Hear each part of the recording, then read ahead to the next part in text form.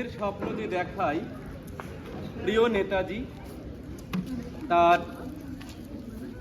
জন্মবার্ষিকীতে তাকে আমার শ্রদ্ধা। এবং আজকে আমরা যারা উপস্থিত হয়েছি এই খোলা মঞ্চে, আমাদের আজকের অনুষ্ঠানের সভাপতি মহাশয়কে সম্মান জানাচ্ছি, সেই সঙ্গে সম্মান জানাচ্ছি আমার অন্যান্য শিক্ষক শিক্ষিকা এবং আমাদের সহচরী বৃন্দকে। আর মঞ্চের সামনে এই খোলা মঞ্চ ঘিরে যারা উপস্থিত হয়েছ, তোমাদের অনেক ভালোবাসা, আদর এবং কি স্নেহ। আজকের এই দিনে, যতদিনই নেতাজির জন্ম শতবর্ষে গিয়ে কোনো কিছু একটা পারফর্ম করেছি, একটুখানি ব্যতিক্রমী জায়গায় যাওয়ার চেষ্টা করেছি।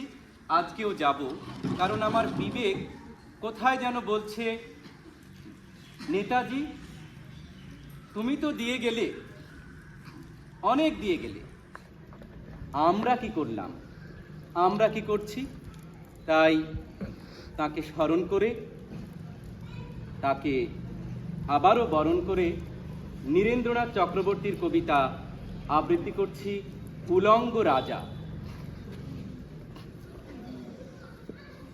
সবাই দেখছে যে রাজা উলঙ্গ, তবুও সবাই হাততালি দিচ্ছে, সবাই চেঁচিয়ে বলছে সাবাস সাবাস। কারো মনে ভয়, কারো সংস্কার, কেউ বা নিজের বুদ্ধি অন্য মানুষের কাছে বন্ধক দিয়েছে, কেউ পরান্নভোজী, উমেদার, প্রবঞ্চক, কৃপা প্রার্থী। কেউ ভাবছে রাজবস্ত্র সত্যিই অতীব সূক্ষ্ম, চোখে পড়ছে না যদিও তবু আছে, অন্তত থাকাটা কিছু অসম্ভব নয়। গল্পটা সবাই জানে, কিন্তু সেই গল্পের ভিতরে শুধুই প্রশস্তি বাক্য উচ্চারক কিছু আপাদ মস্তক ভীতু, ফন্দিবাজ, নির্বোধ অথবা স্তাবক ছিল না, একটি শিশুও ছিল, সত্যবাদী, সাহসী, সরল একটি শিশু।